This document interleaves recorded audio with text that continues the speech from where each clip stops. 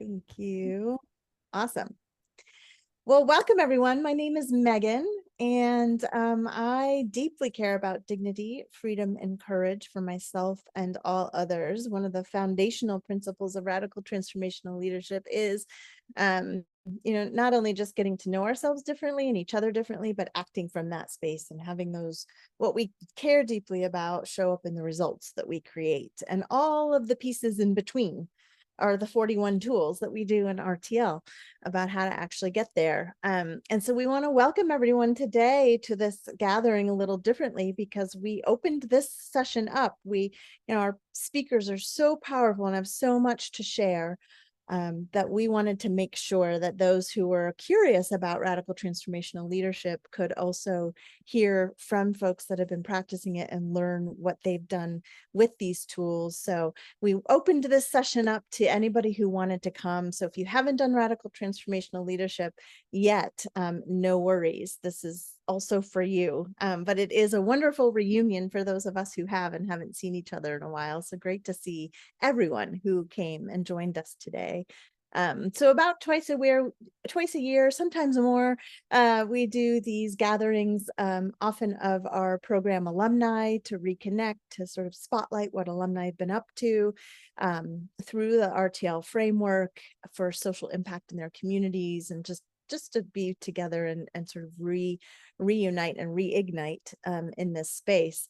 And again, we wanted this to be a special session because we've got such powerful leaders sharing how they've been practicing radical transformational leadership. We wanted to open it up to others. So welcome to everyone.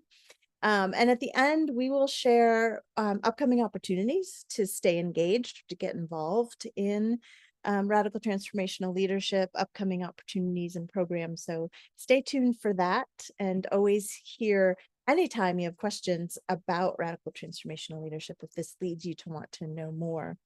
So as we gather today, there's so many of us that we thought we would just use chat rather than having everyone chime in.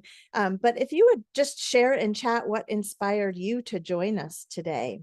What made you want to spend an hour out of your probably very busy day with us today? One person said, Mariana. All right, Mariana, no pressure. Love it. Need some inspiration. Yeah, what else? Why'd you join us today? You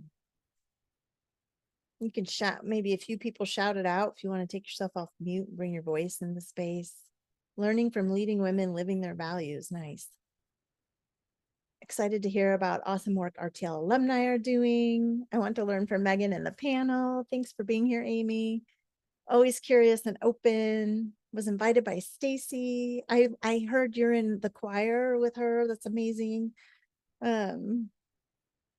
Awesome. Be re-inspired about RTL and leadership. Hear from these wonderful women. Love hosting so we can get together. Good to revisit this work. Awesome. Yeah. So we're all in the right place, it sounds like, to hear from these alumni, learn about what these incredible leaders are doing in their communities, get re-inspired, reignited, and just be in community together. So really appreciate, again, all of you being here today for this hour with us. With no further ado, I'm going to hand it over to Shebra to get us started on hearing from these amazing leaders that we're all here to learn from and with. So Shebra, handing it over to you.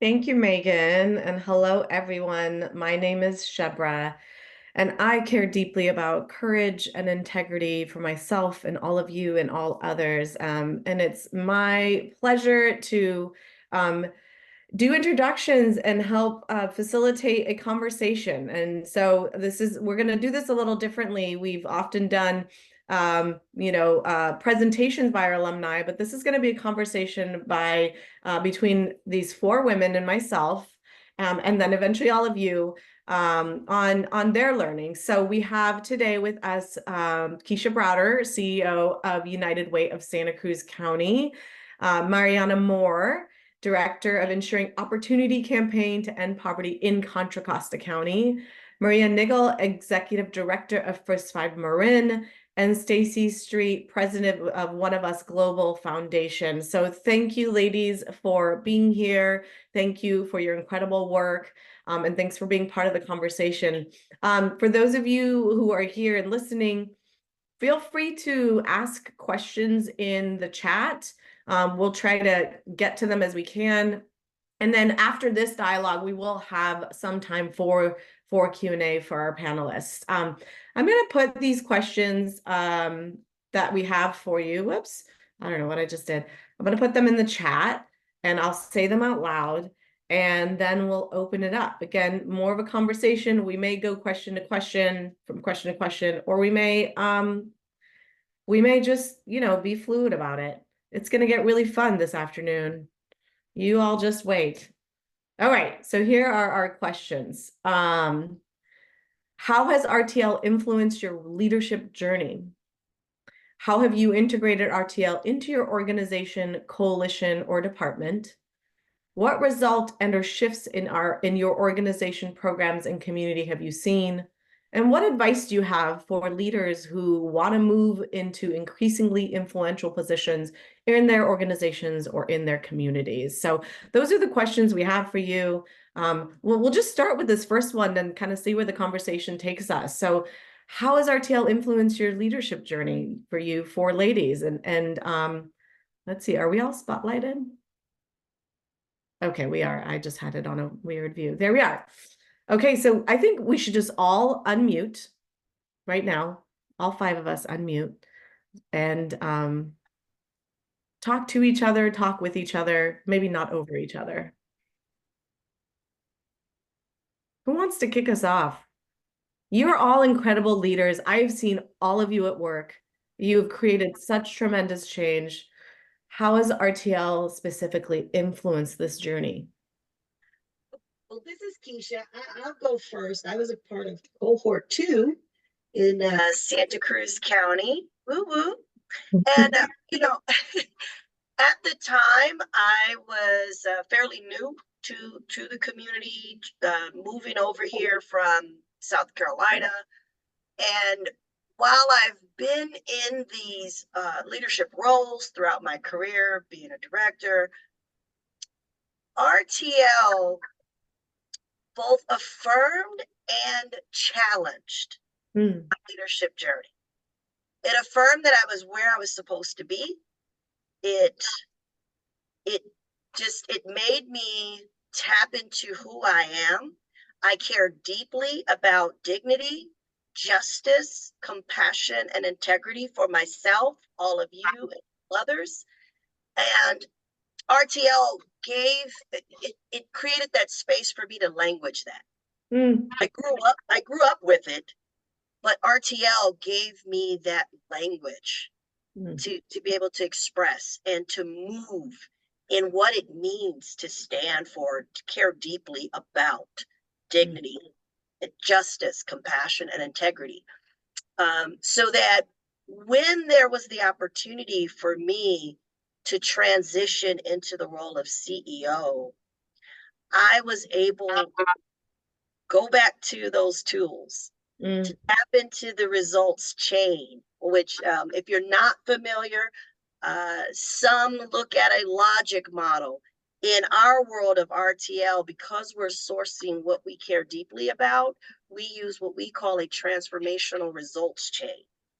So to map out what I would do as CEO using that results chain and implementing that and sharing that during my interview for CEO, and to look out into that panel and have them look at me like, wow, whoa, she means business. And so it's been great. And then to continue to tap onto the tools, to be fortunate to be here in Santa Cruz County, where I can learn on other leaders who, we have our jargon. We all do. All of our worlds have the jargon.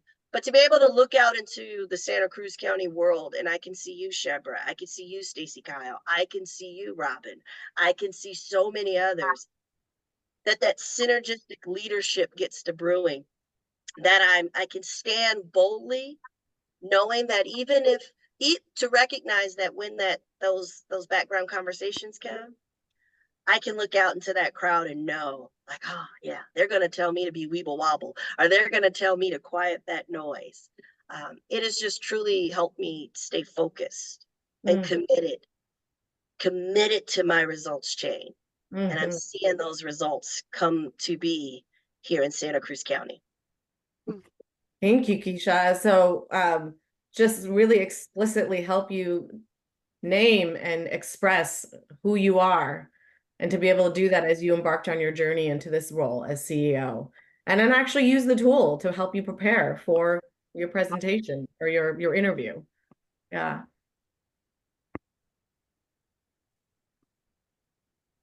I can build on that. And Keisha, I really appreciate what you said about what you care about and how you want that to show up and be embodied in your work.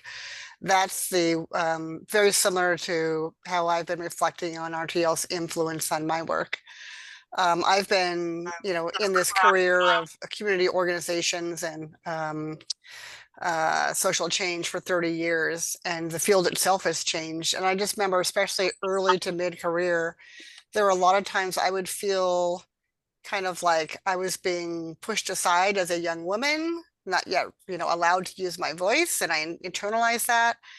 And also, I would sit in a meeting that was really focused on to-do lists and tasks and be like, there is so much richness in me and things I want to say that I care about, and I did not have the language. I didn't even know what I didn't know. I just remember that feeling of like, there's got to be more than this.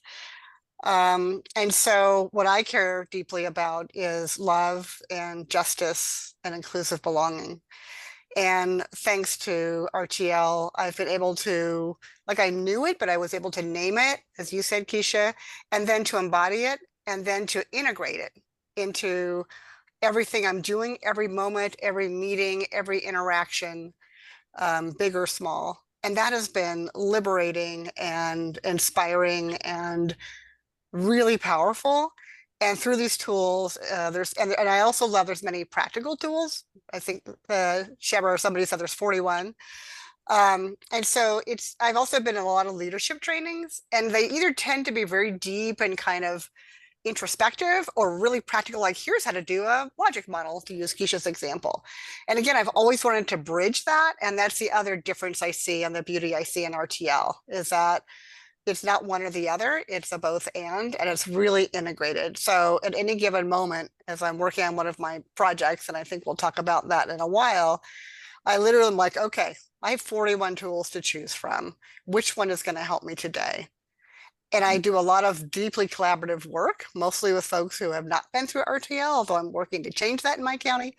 And so, just being able to have a toolkit to say, hey, all, how about if we try things this way and do it a little bit differently and see how it goes?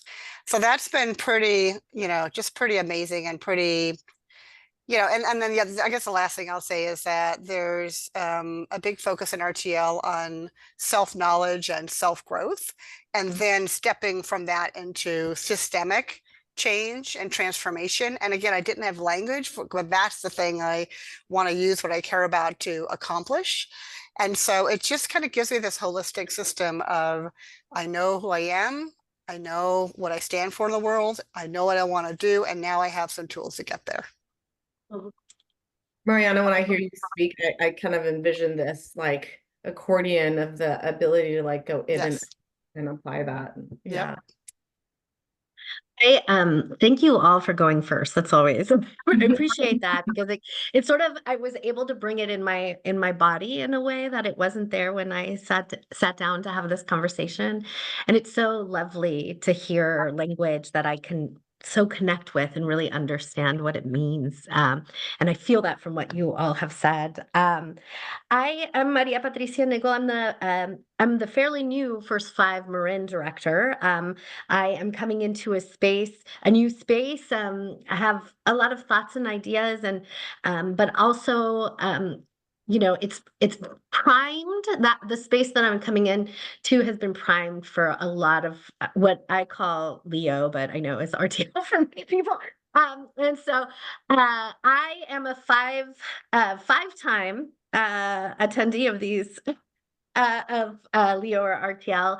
I started with a Bay Area cohort. I'm not sure which one it was. I want to say it was like two. I think it was. Keisha, we may have been in a similar cohort. Perhaps you do look very familiar to me. I started first as a participant and then a PC. I was a couple of times a PC, and then I did interpretation. So I feel like I was getting this from all different places, from practice, and then from supporting interpretation that was accessible. So it had me really think about the power of the words that we were using, and Monica definitely like drove that home for me, and the importance of each word that we use. I first want to start, for me, of course, centering values was like, we can do that. I was pretty new. I wasn't looking for a big leadership position. I was happy doing a lot of direct service, thinking that's where I belonged, especially when you're bilingual. Oftentimes you feel pulled because that is a space that you really feel that you need, that you're supposed to be in. But I was able then to use a lot of distinction, and start to see the distinction around my different sort of wisdoms, right? And I think I always forget this tool, but the social, the professional, all of those pieces sort of start to honor all of it, versus saying there's only one way to be, which is a professional way to be. And as an immigrant, like, you sort of swallow that Kool-Aid, like, I have to be more like this. And yet there was all of the sourcing that I wasn't tapping into, because I wasn't distinguishing and peeling all those parts of me. So I first want to say that was like one of the first sort of embodiments. Like, I was able to really just hold that for a moment and understand the wisdom within me, and what could happen. And the second that I think started to show up is, like, in my different roles, how am I creating conditions that are not just me, that are there for others to access and create what's possible. And that really, I can remember that conversation. I can remember reading it. I can remember living it. And it's like, how am I helping create the conditions to make things possible? And that literally, in my journey, has been a big piece of my work, because none of this can be done alone, right? And so it's like, at times you are supposed to be in the front, but in other times you are the condition, you're helping create the conditions so that the right person, the person who's supposed to be out there, has everything they need to thrive, and to succeed. And that has been a game changer in my work. And it's something that I think I understood, but I didn't have the language to distinguish. And now, I'm able to see it, understand it, and operationalize it, where before it was sort of like a miraculous event. Oh yeah, I did till that soil. You know what I mean? And so now to be able to harness that through distinction has been a big lift for me, and a lift, and looking at how we create community together, in a community that is equitable. It's been a game changer for me. And the last piece that I think is really important, and it seems like something so small, but it literally has opened incredible doors, is the flattening of hierarchy. Once again, I come from that mentality, as an immigrant, that hierarchy is important. That person has a degree, that person has a title. And so you're deferential, and you almost forget your wisdoms, right? You forget your wisdom, because in light of that, and that is very inculcated in my culture. And so how do I break free from that? And and the flattening of hierarchy has opened up so many new pathways for me, because not because I don't see hierarchy, of course, but the fact is that not all these grass top leaders or these high leaders are not always the doorways into systems change. And so that, to me, has been really important. I think we spend too much time cultivating those relationships, and not enough time cultivating the relationships at the mid-level. Those are the people that are being consulted by. If they don't believe in what you're doing, it's not going to happen. So those are some real sort of those are really right now really resonating with me. And it's funny, I come to different places and different parts of my journey as a leader, but that's where I'm living right now. Wow. I just have to note that, Maria, when you're talking about like you are creating conditions and tilling the soil and really fostering leadership, like that's what resonated with you. That's what resonates with you as someone who works in the community. And so as you're doing this and you're, opening up these spaces for other leaders, what I see is that you've landed in this position that you weren't looking for, right? You're fostering the conditions for others, and then it's brought you to this space. So just what a beautiful unfolding. Oh, no, thank you. Thank you, Shebra. I think that's absolutely right. That's absolutely right. So I guess it's up to me to close this out. I am so inspired and I resonate with everything that everyone here said. And I think it's appropriate, Maria, that you went right before me, because I think a lot of what I'm going to say really tees off of that. I spent my whole career in nonprofit management, excuse me. Even like from high school, I knew I wanted to work with our communities, and I was involved leading initiatives and organizations within my high school community. And I spent all of those years in different sectors, different geographies, different size organizations, different issue focus. And what I realized is I kept encountering the same barriers, the same issues, the same cultural norms, the same challenges. And for a long time, I thought it was me, that I was the problem and I needed to do something about it. So I sought every kind of training, professional development, coaching, mentorship, even therapy, to try to be a better leader and a better person, because I was so committed to being the change that I wanted to see in our organizations and our communities. And I was frustrated because I kept encountering it, despite the fact that the organizations that I worked for were populated by amazing, committed people who believed in the same things I believed in a lot of the time. And it just was confounding to me. And, and I felt that a lot of it was maybe the structure of nonprofits, but there was just something that was missing for me. And I think the other thing that I had experienced was very similar to what I think all three of the panelists have said. Was I had this interpretation that being a leader meant that I had to move up the ranks hierarchically in an organization and have more power and more recognition and more authority. And that was the way for me to really create change in my community. But when I ended up I was a young executive director, my first job, I was 30. And the expectations of me, how I was supposed to behave as a leader, the way that I was supposed to take action did not align at all with the kind of leader I wanted to be. I believe very much in what Maria said, supporting the people. Like the people to me in these organizations were the greatest resource, and were frequently the least focused upon resource in our organizations. But that's where everything began, was our shared humanity. And I was always looking at ways to support people's full potential, but instead what I was being expected to do was make quick decisions and get stuff done and get it done quickly, at any cost. And, that really did not make sense to me. So when I think it was actually Mariana who recommended to me to come to this program, because I had the fortune of working with her for many years at our company, I was looking at a very particular project, and it seemed like a really great way to help me with that project, but it ended up being completely life-changing to me in every way. Being able to really find myself and recognize through insight that love was one of my core values, and to be able to tap into that love and see that all the organizations I'd been with before and the culture and the communities I'd been part of were not allowing me to tap into that as a strength and as a wisdom and as my full potential.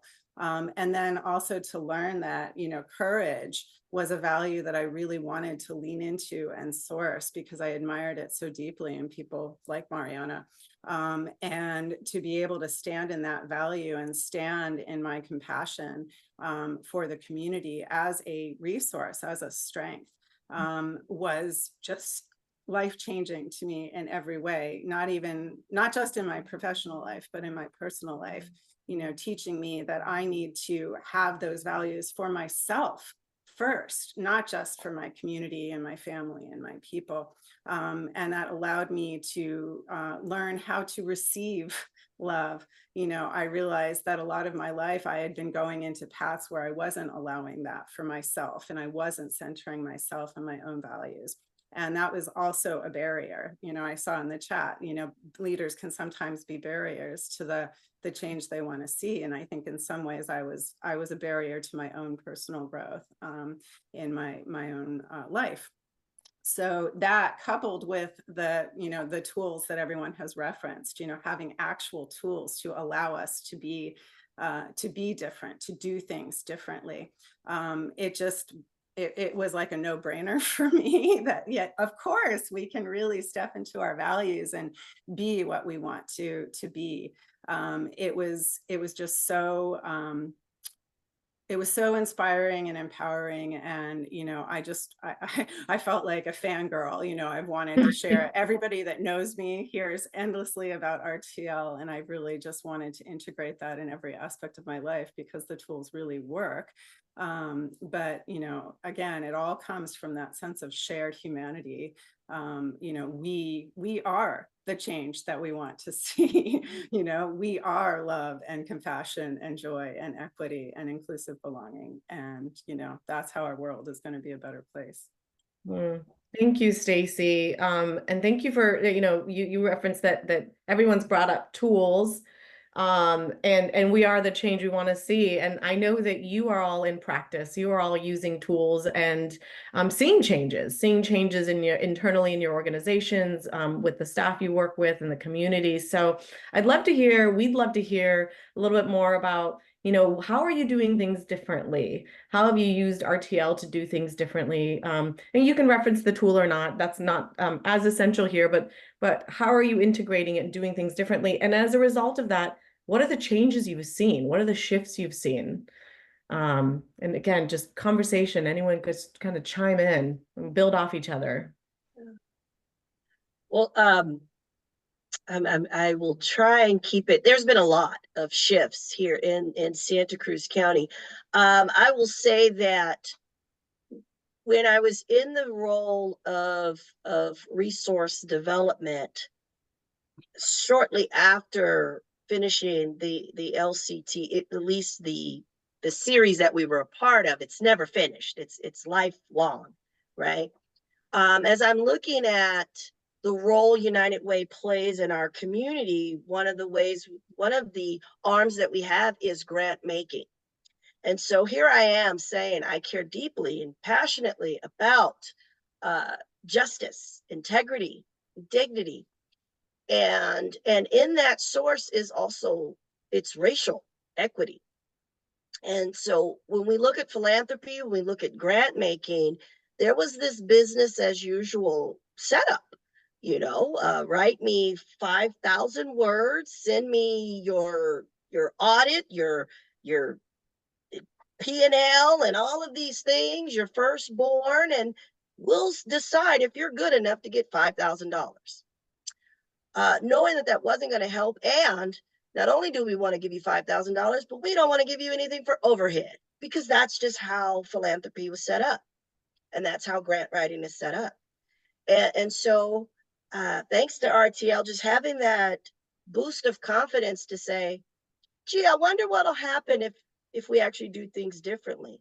Why are we asking for all of this? Can we be intentional about who we're serving and where are we getting our resources from? Have we ever thought to ask those with lived experience the goals they'd like to see happen with this funding?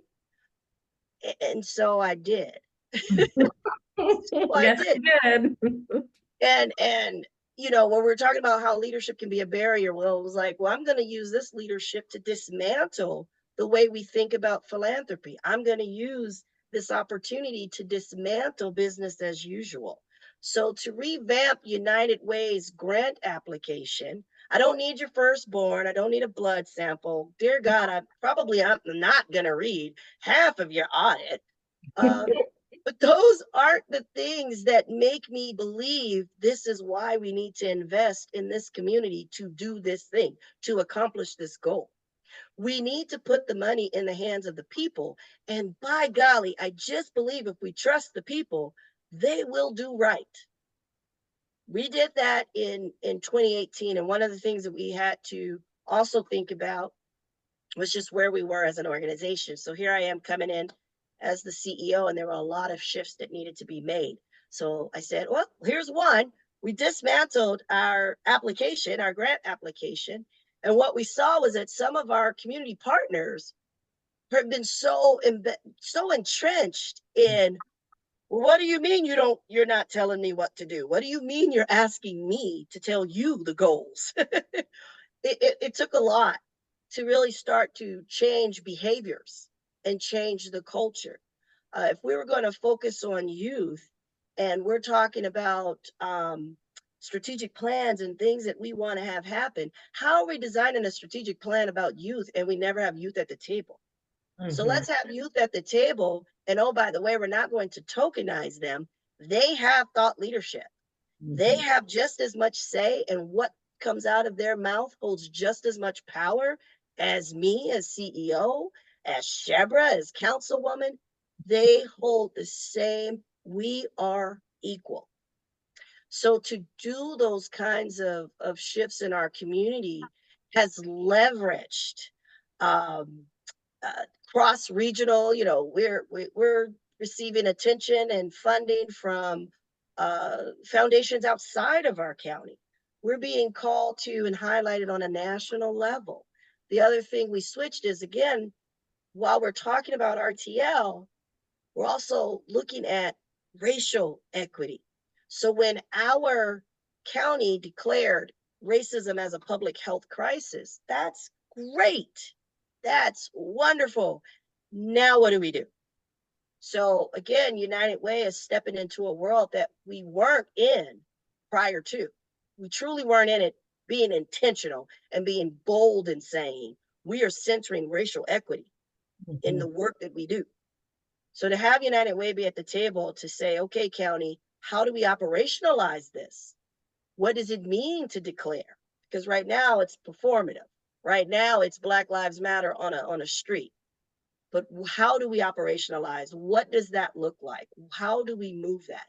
And today we've had policy shifts where our county has changed commissions, defining commissions, that commissions will give stipends to those who are coming to be at the table with lived experience. Oh, by the way, we will have people with lived experience at the table. If we're going to have a housing commission, we're going to have renters at the table, not just home buyers, so that we can have a diverse perspective, that we're going to look at the demographics in our community, and we're going to make sure that we're reflective. So we have made policy shifts. We've made shifts in operation.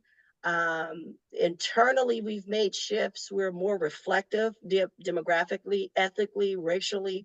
We're more reflective of the communities we served. We've changed our HR policies. You can, I'll say it plainly. You can wear jeans, move the mission. I don't care if you do it in jeans. I don't care if you do it in a jean skirt. I don't care if you do it in a pair of slacks. Move the mission, people. That's what we're centering. And so it's been a joy. So we've gone from 9 staff to 35 as a United Way, bringing on First Five of Santa Cruz County, Cradle to Career of Santa Cruz County, and the Santa Cruz County Black Health Matters Initiative. So to see that exponential growth in our team, what we look like, how we show up, we make sure that the majority of our staff take advantage of of participating and joining RTL. We want to support our staff in doing that. No, I don't need you to have a master's and a PhD to move our mission and all the things that we do. And, so policy change, the way we do business has changed, has shifted.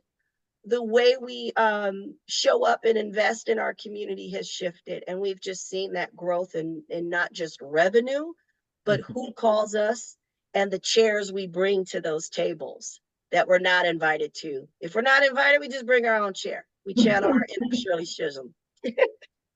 So many quotable moments that are in the chat right now. That's the other one someone's got to put in there. If we're not invited, we're going to bring your own chair. I just want to give a quick shout out that Keisha and United Way is being recognized tonight at the Santa Cruz County Chamber of Commerce, whatever it's called, gala event, as a leading organization in our community. So it's real. Thank you, Keisha. Pretty incredible. And I know Maria and Stacy, Mariana. I know you all have done, a lot of similar shifts around funding in particular, because I've worked with you guys. I don't know if any of you care to kind of bring that in.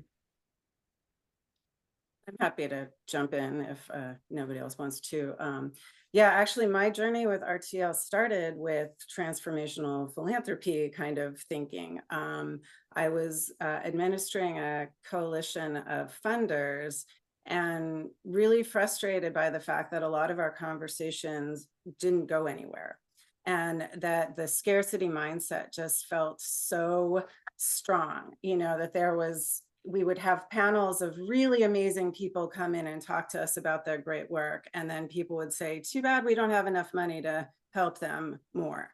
And it was so frustrating for me thinking about the fact that these were incredibly powerful people in a room collectively, who maybe, individually, they didn't have access to all the money, but they had so much influence. Collectively, they had so much power. They were funders. People listen to funders. You speak, people listen. And just knowing that, your voice as a funder, as someone with power, is so important. And it's an unrecognized resource, I think, a lot of the time. So I really, I was really wanting to see how we can use that collective power differently. I was also at a community foundation that was doing things differently already. It wasn't a traditional community foundation, and simultaneously recognized that a lot of our own internal systems and structure within our company was not aligned with our own value of equity. So even though we were doing amazing work in the community, really focused on uplifting community voice and supporting programs like Mariana's when she speaks, our own internal operations, and I was the COO, were really not aligned with what we wanted to do. So similar to what Keisha described, we started by focusing on our hiring and, even down to what are the questions we're asking, who's on the panel, where do we recruit, how do we, bring people in, where do we post our job descriptions, then onboarding, then recognizing that our own culture wasn't necessarily supporting the people who were most impacted by the issues that we were trying to solve, even though we were, intentionally trying to bring them into our team. Then we weren't actually looking at how we could most resource them and help them tap into their full potential. And I meant to say at the beginning, when I first talked, that, the definition of leadership in this program that's so different, is that two things that both resonated deeply with me: that leaders are people around whom other leaders grow. And then leaders are people who can imagine new possibilities and new ways of doing things and actually implement them. And that, most of the amazing transformational work that we see actually happens with ordinary people doing extraordinary things, and that no action is too small.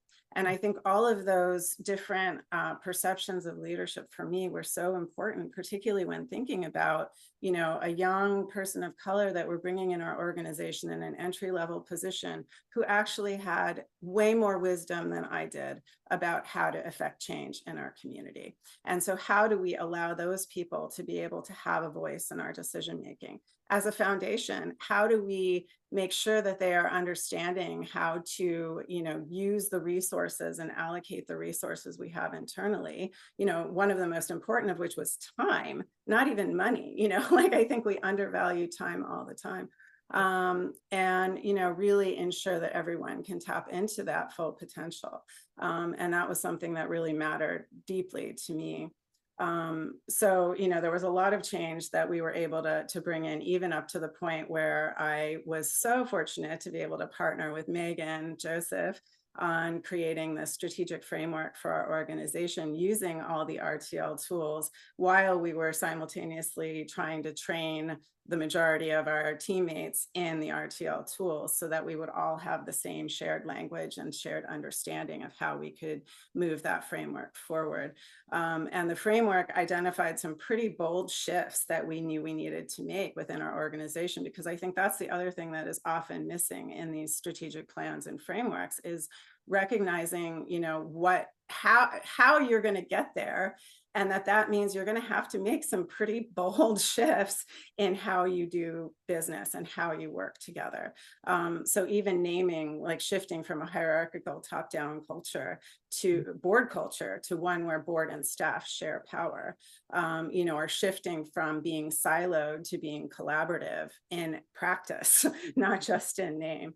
You know, the trick is actually being able to implement that and move forward, which is always the challenge. But the first step is recognizing and naming those shifts, because so much of our culture and our norms are based in fear, not in actually embodying our values. And the fears of not being good enough or being rejected, you know, are just so strong, but often not named and noticed. So that's been a huge part of my learning journey. And I'll say finally, like what I'm doing now, I'm so fortunate. Unfortunately, a tragic event in our family's life. We lost my amazingly brilliant stepson, Alex, who was only 23, to cancer in 2022. And he was an internationally recognized and beloved YouTuber. And we before he passed, he had started opening up the fundraising field, and you know, there was a lot of interest in continuing the work that he'd done in generating awareness and funds for sarcoma research in particular. But what we learned after he passed was that he had done so much more than create a YouTube channel. He'd built this beautiful, inclusive community, mostly of young people who were suffering, and you know, particularly at that time, where everyone could be their authentic selves. And so, you know, the opportunity that presented our family in this moment, the, you know, the silver lining and the gift was to be able to create a new organization that could both carry on his legacy and his inspiration, but also, you know, be able to use the goals and experience that I had within transformational philanthropy to create something new and different, which is the One of Us Global Foundation. And we have several of our team members here today. Thanks for being here. And you know, what's been beautiful about that is we're starting it from scratch. And it's an amazing privilege to be able to build an organization based in values from the very beginning, instead of having to retrofit, as Dr. Sharma always says, and spend our energy, you know, really building from that foundation of shared values that, you know, everyone who's selected into our organization resonates with our values of love, acceptance, and wholeness deeply. And, you know, this is an organization that is about supporting young people and, you know, empowering them to be the decision makers within our organization. So, you know, we're really looking at how intentionally we can build a different kind of structure and different processes and culture where every young person can be their best authentic self, and where we can create a new kind of infrastructure for a nonprofit and a foundation, and where a board of directors can operate differently. And the principles for how we want to be are evolving naturally and organically, because we are all resonating around these shared values and our shared humanity. And obviously there's something quite beautiful about the gift of compassion that was within this community around Alex. So we don't take that lightly, but it's really a beautiful thing to be able to have this opportunity to build using these tools, and we'll keep you posted as we develop. We're just getting ready to roll out all the strategic plans, but it's exciting. That's beautiful. Thank you. Thank you, Stacy. And we have just a few minutes left, but I'd love to just hear from you, Maria and Mariana, if you want to kind of add to that in terms of specific shifts and results you've seen from your work. You want to go first, Maria?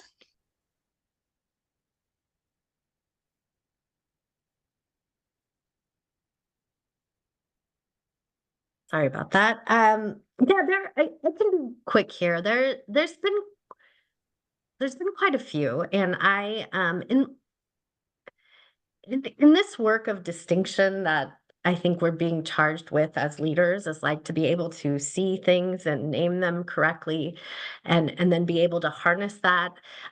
One of the superpowers that I think has also emerged from my work, and that has from the training or from RTL or Leo, is really being able to change patterns, right?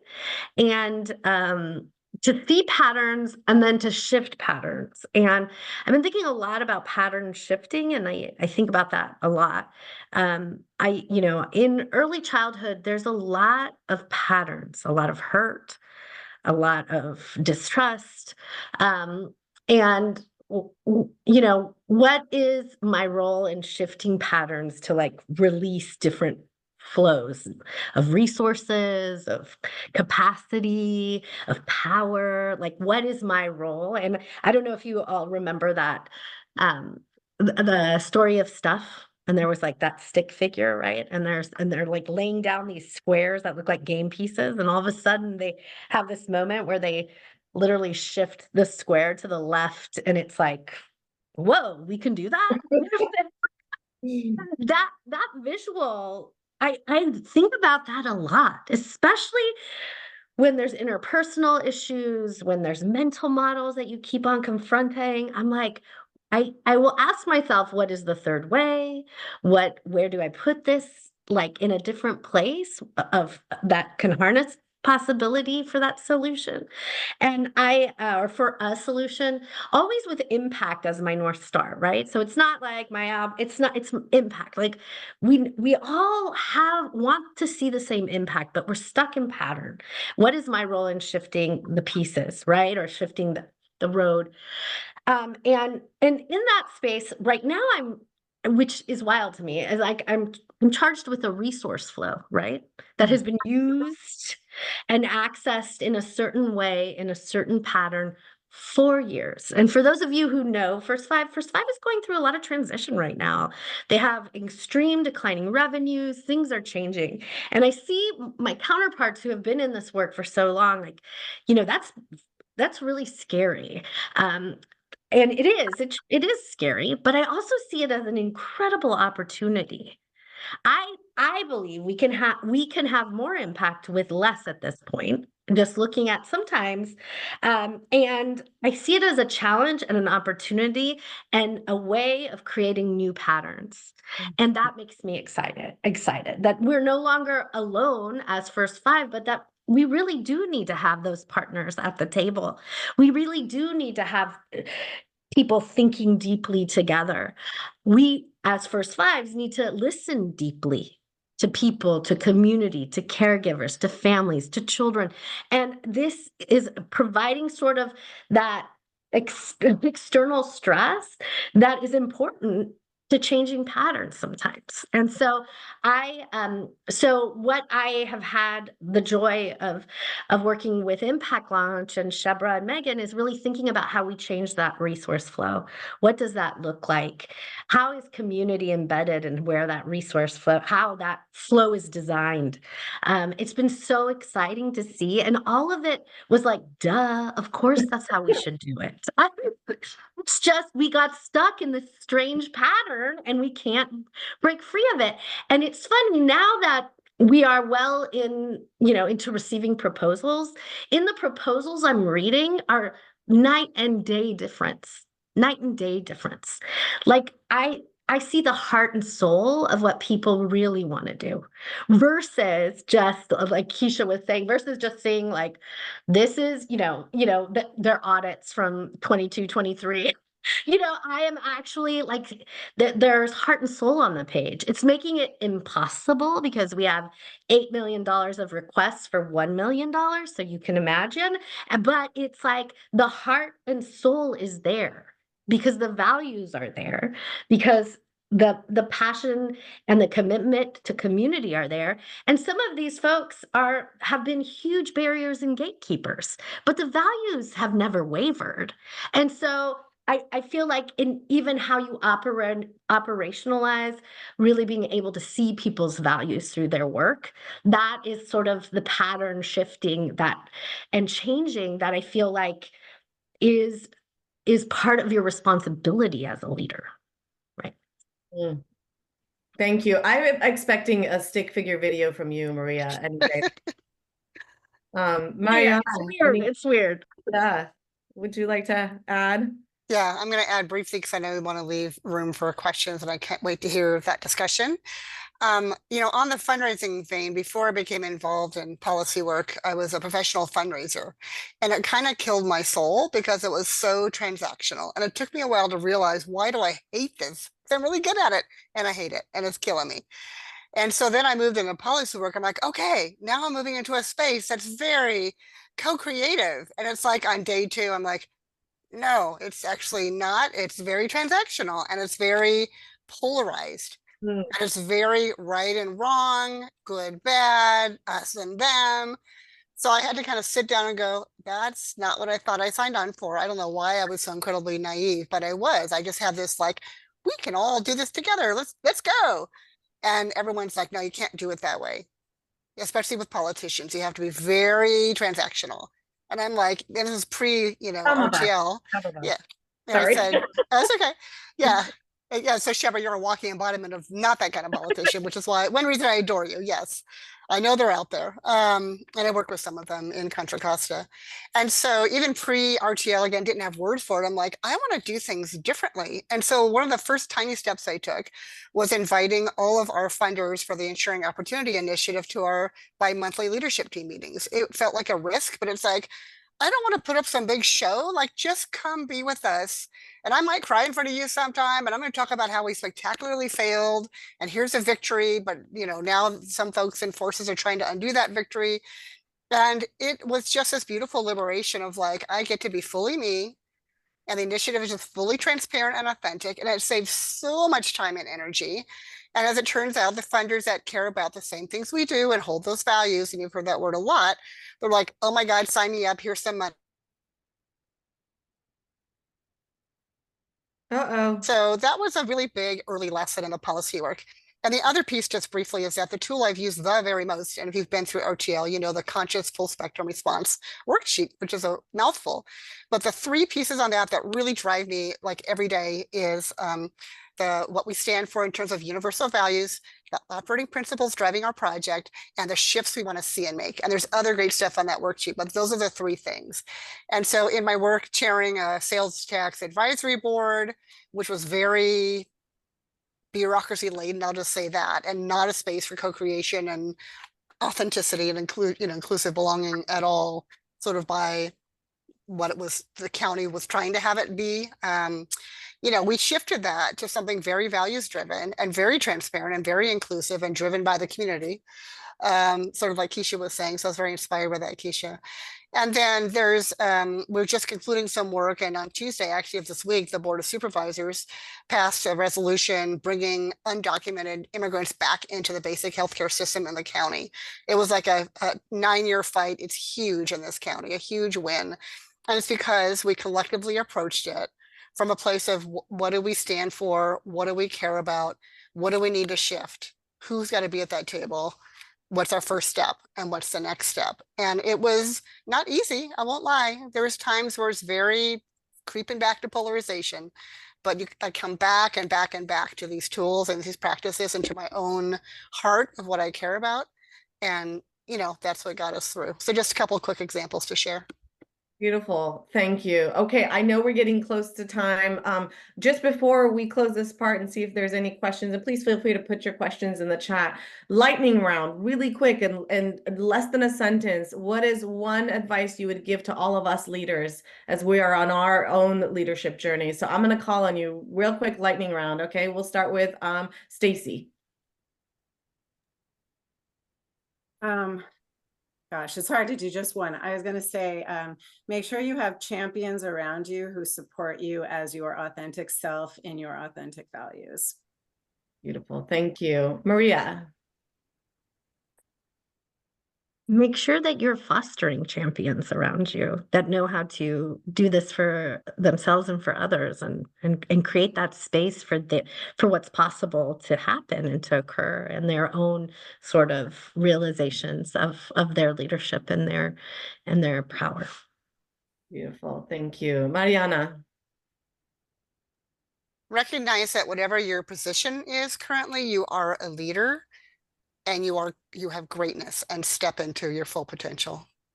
Beautiful. And Keisha. You are where you are supposed to be, so quiet the background noise and support risk takers for synergy. Yes. Awesome. I feel like a better leader from listening to all of you. You are amazing. Thank you for all the incredible work that you do, and thank you for being here with us today. I'm going to pass it to Robin with the 2 minutes we've got left. All right. Hi, everyone. Just want to make sure that we leave you with what's next, opportunities we have for you all. So if you have done an RTL, LCT, Leo program, we invite you to our stage 2 session on June 13th. Breakdown to Breakthrough, incredible tool. You don't want to miss it. Links in the chat, I hope. And we have Marin Leo, Leadership for Equity and Opportunity. If you live or work in Marin, or you know anyone who does, this is free for people that live and work in Marin. It's a closed community cohort, starts September 9th. Anyone is welcome to come to our RTL Foundations program. So this is core 2-day core tools. You heard some of them today, August 22nd and 23rd. And our next alumni gathering is October 24th, and we will have Dr. Monica Sharma with us, and want to honor everyone's time for all your 1 o'clocks and your lunches. So thank you so much. If you want to unmute and just holler a word or a thank you or a goodbye into the ether here. Thank you all so much. Thank you so much to our panelists. Gratitude. Thank you. Thank you. Thank you for the Yay. opportunity to reflect. Thank you. Thank you, everyone. Have a great day. Have a great day. Look forward to seeing a lot of you tonight. Let's Yes. party. Be there. Congrats, Keisha.